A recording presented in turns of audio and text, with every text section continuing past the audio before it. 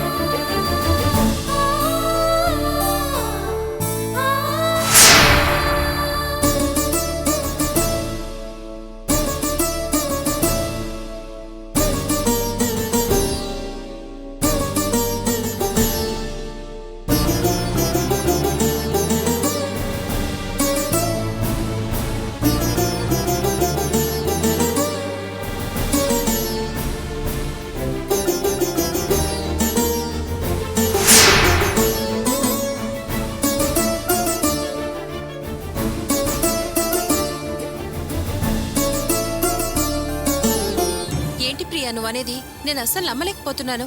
మా అందరికీ అలా ఉండాలి ఇలా ఉండాలి అని అడ్వైస్ చేసేదానివి నువ్వే ఇలా తొందరపడడం ఏంటి? చాలా విచిత్రంగా ఉంది. ఆ పరిస్థితి ఆ రోజు అలా వచ్చింది, నాకు తెలియకుండానే జరిగిపోయింది. ఏదో అలా జరిగిపోయిందంటావేంటి? ఆల్రెడీ నీకు ఇంట్లో సంబంధాలు చూస్తున్నారని తెలుసు కదా, మరి ఇదంతా ఎలా మేనేజ్ చేస్తావు? అదే నాకు అర్థం కావటం లేదు. భయంగా ఉంది, పిచ్చి పిచ్చి ఆలోచనలు వస్తున్నాయి. సరిగ్గా ఆలోచించి నిర్ణయం తీసుకోలేకపోతున్నాను. మనసులో లేదే, అంత కన్ఫ్యూజన్గా ఉంది.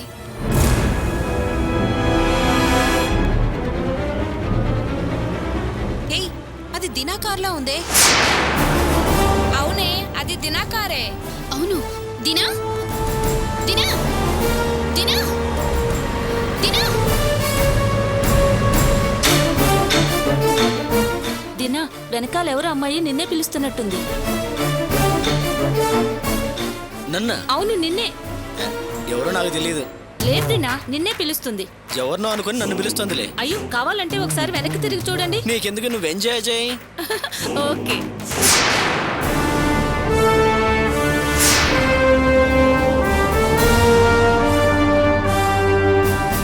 ఏంటి ఇది?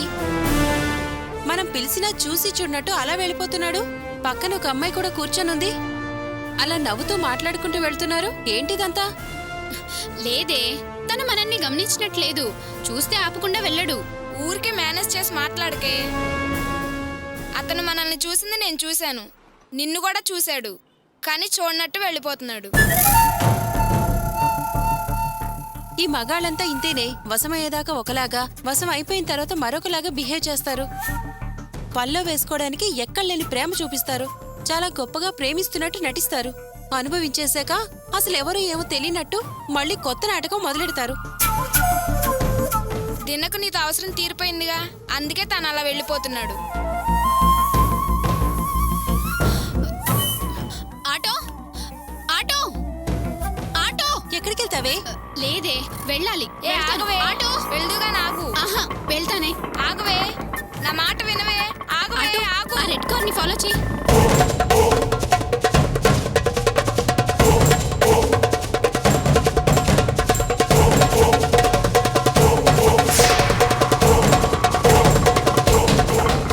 ఇదిగో తీసుకో.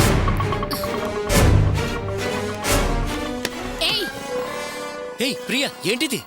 నన్ను మోసం చేయాలని చూస్తున్నావా? వదిలిపెట్టను, నిన్ను ఊరికే వదిలిపెట్టను. Priya, what is this? Are you mad? Road మీద ఏంటిది? అందరూ మనల్ని చూస్తున్నారు. ఎందుకు ఇలా బిహేవ్ చేస్తున్నావు? ఏమైంది నీకు? ప్రియా, తీ. అందరూ తమాషా చూస్తున్నారు మనల్ని. తీ ప్రియా. ఛీ! నువ్వు అందరి మగాళ్ళలాగా కాదు, మంచివాడు అనుకున్నాను. నీ మీద చాలా కాన్ఫిడెన్స్ పెట్టుకున్నాను. నీ అవసరం తీరిపోయింది గనక నన్ను అవాయిడ్ చేస్తున్నావు. ఎవతది? దానికి నీకు పరిచయం ఎప్పటి నుంచి? Priya, please cool down. కాస్త ఆవేశం తగ్గించుకో. నా మాట విను. అవతల నా జీవితం నాశనం అయిపోతుంటే కూల్గా ఉండాలా? చెప్పు, ఎవరా అమ్మాయి? చెప్తాను. ముందు కోపం దక్కించుకో. వచ్చి కారులో కూర్చో. నీ ప్రశ్నలన్నిటికీ సమాధానం చెప్తాను. నో, ముందు సమాధానం చెప్పు. ఎవరది? ముందు కారులో కూర్చో ప్రియా. చెప్తానంటున్నాను కదా. కుదరదు, నేను కూర్చోను. ఏదో సమాధానం చెప్పి నన్ను మోసం చేస్తావు. నేను కారు వెంట పరిగెడుతూ పిచ్చిదాన్లా పిలుస్తుంటే వినిపించుకోకుండా వెళ్తున్నావు. నీ మనసుకు నువ్వేమనుకుంటున్నావు? నన్ను అందరు ఆడపిల్లలాగా అంచనా వేయకు. నేను నిన్ను ఊరికి వదిలిపెట్టను. అయ్యో ప్రియా, ఇలా రోడ్డు మీద గొడవ పట్టడం అసహ్యంగా ఉంటుంది. దాచకుండా నీ ప్రశ్నలన్నిటికీ సమాధానం చెప్తాను. రా, ముందొచ్చి కారులో కూర్చో. రా ప్లీజ్. నీకు చేతులెత్తి నమస్కారం చేస్తున్నాను. నన్ను అనుమానించకు. నేను చెప్పాక నీ ఇష్టం. ముందు నువ్వు కారులో కూర్చో. రా ప్లీజ్. ఛీ!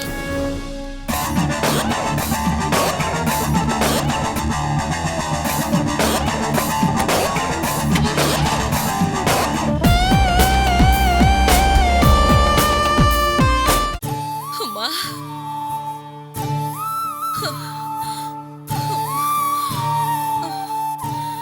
అమ్మా, ఈ జ్యూస్ తాగమ్మా. వద్దు రాణి. అలా అంటే ఎలా అమ్మా? తాగమ్మా.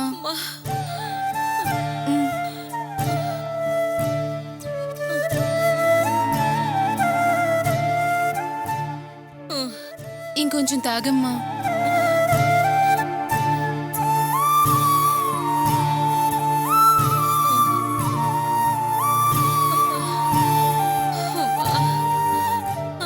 అమ్మా, ఏంటమ్మా ఇది?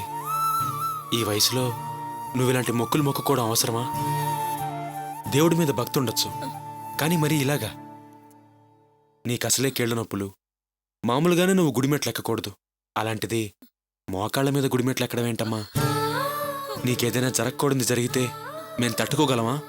గోపి, దాన్నేం అనకురా. బాధపడుతుంది. అసలు దాని బాధ, అది ఆపుకున్న దుఃఖం నీకేం తెలుసురా?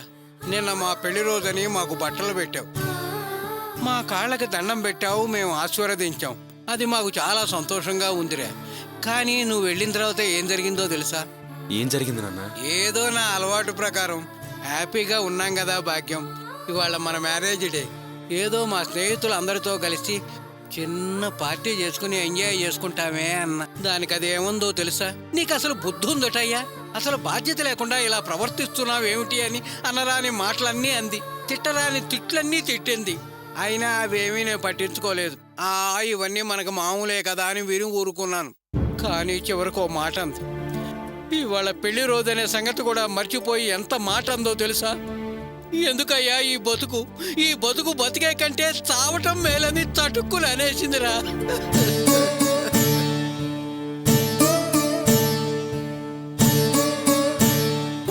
పెళ్లి రోజు ఇంత మాట అనేసింది ఏమిటా అని చెప్పి బాధపడుతూ రాత్రి తెల్లవారులు నాకు నిద్రలేదురా. ఓ అర్ధరాత్రి వేళ దాహం వేసి మంచినీళ్ల కోసం వచ్చాను. అప్పుడు భాగ్యం కూడా కళ్ళు ఆర్పకుండా అయ్యో భర్తని అనేశానే అన్న బాధతో అది కూడా నిద్రపోకుండా చూరుకేసి చూస్తూ అలా ఆలోచిస్తూ కూర్చుందిరా. నేను ఎలాంటి వాడినైనా కావచ్చు, 30 సంవత్సరాల భార్యాభర్తల బంధంరా మాది. భర్త అంటే భయం, ప్రేమ, ఆపేక్ష. అయ్యో ప్రత్యక్ష దైవాన్ని ఇంత మాట అనేశానే అని అది మదన పడుతోందిరా.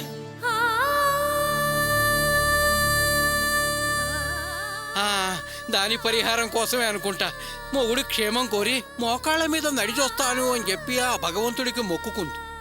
అందుకే నా కోసం ఎన్ని కష్టాలు పడుతోంది.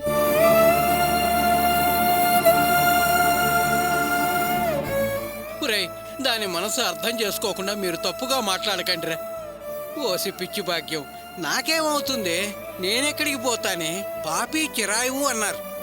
ఇదిగో తప్పుగా మాట్లాడాను, నన్ను క్షమించు అని నీ ప్రత్యక్ష దైవమైన నా కాళ్ళ మీద పడితే నేను నిన్ను క్షమించనటే? ఈ రంగయ్య మనసు నీకు తెలీదా? రంగయ్య రాజే, మనసున్న మహారాజు. నానా నువ్వు సోది పెట్టి మా గుండెలు పెండకు. అనవసరమైన మాటలు మాట్లాడి విసిగించుకో.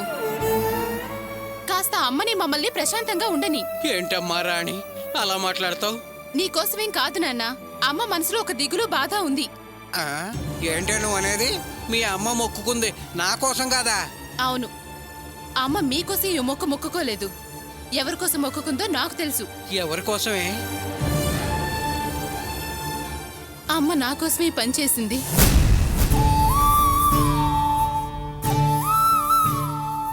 అమ్మ బాధంతా నా గురించి. అది తెలుసుకోండి. ఏంటి నీ కోసమా? నువ్వు ఏమంటున్నావో నాకేం అర్థం కావట్లేదే. అవును నాన్న, అమ్మ నా కోసం ఓ గొప్పింటి సంబంధం చూసింది కదా, అదేమో జరగకుండా పోయింది. 6 నెలల లోపల నా పెళ్లి జరగలేదంటే ఇంకా 5 సంవత్సరాల వరకు నా పెళ్లి జరగదని జ్యోతిష్కుడు చెప్పాడు కదా. అందుకే ఈ లోపలే నా పెళ్లి జరగాలని అమ్మ ఆలోచన. అందుకే ఇంత కష్టమైన మొక్కు మొక్కింది.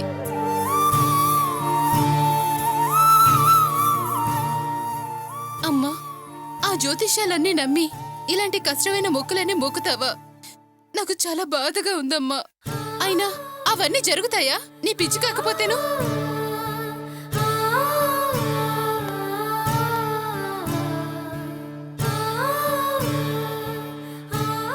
పెద్దనాన్న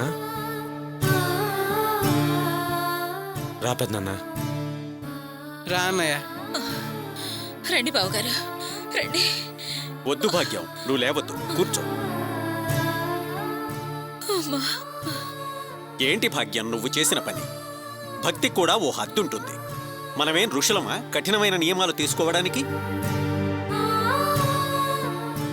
ఇంత కష్టమైన మొక్కుబడులు ఎందుకు చెప్పు? మనం కష్టపడితే ఆ దేవుడు మనసు మాత్రం కష్టపడదా? ఆయనే కదా మనకు తల్లి తండ్రి. దేవుడి మెప్పు కోసం మన ప్రాణాలకు ముప్పు తెచ్చుకుంటామా? మామయ్య, నేనిలా అంటున్నాన్ని తప్పుగా అనుకోకండి. అత్తే భక్తి అత్తేది. ఆమె మనసుకి మనం ఎంత కష్టమైనా మొక్కు తీరిస్తే ఆయన అంత త్వరగా కరుణిస్తాడని ఆమె నమ్మకం. కటిక ఉపవాసం ఉండి మోకాళ్ల మీద మెట్లెక్కి మొక్కు చెల్లించిందంటే దానికి బలమైన కారణం ఉంది.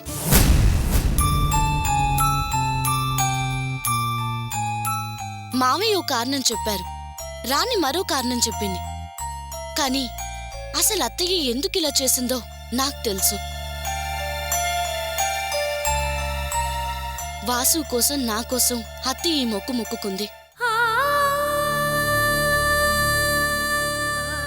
అంటే అది మీకోసం మొక్కు మొక్కిందని ముందే నీకు తెలుసా? అవును మావయ్య, వాసు హాస్పిటల్లో చావు బతుకుల మధ్య ఉన్నప్పుడు వాసు త్వరగా కోలుకోవాలని ఇలా మొక్కు మొక్కుకుంది.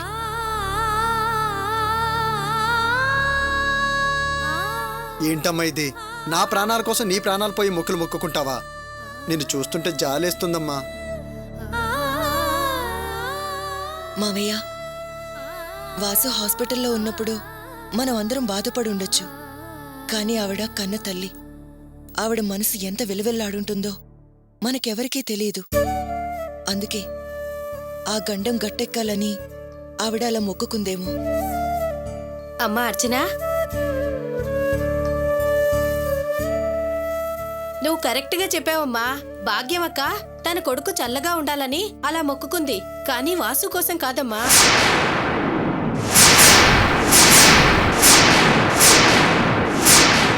తన పెద్ద కొడుకు గోపి కోసం.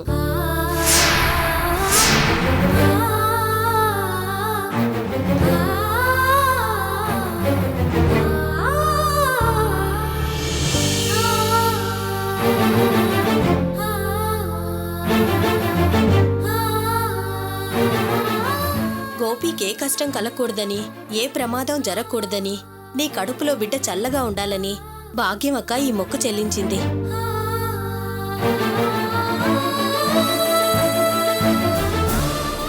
అక్క, ఏంటి నువ్వు అనేది? మా కోసం మా అమ్మ ఇంత మొక్కు మొక్కుకుందా?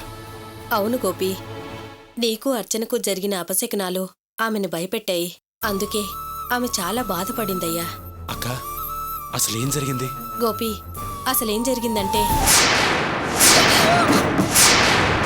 ఏంటమ్మా నువ్వనేది? అవును పూజారి గారు, 1 గంటలో ఇన్ని అపశకునాలు జరిగాయి. ముందుగా దేవుని దగ్గర వెలిగించిన దీపం కొండెక్కింది. ఏంటి ఇలా జరిగింది అని అనుకుంటుండగానే ఫున్నుపళంగా కడుపుతో ఉన్న నా కోడలు జారి పడబోయింది. నాకు భయం వేసింది. తర్వాత షెడ్డుకెళితే నా కళ్ళ ముందే ప్రమాదం తప్పింది. అందుకే నాకెందుకో భయంగా ఉంది. మనసులో లేదు. మా కుటుంబానికి ఏదో కష్టం రాబోతుందనిపిస్తుంది. ఏదైనా పరిష్కారం ఉంటే చెప్పండి పూజారి గారు. ఎంత కష్టమైనా భరిస్తాను. ఏదైనా మార్గం చెప్పండి. నీ బాధ నాకు అర్థమైందమ్మా.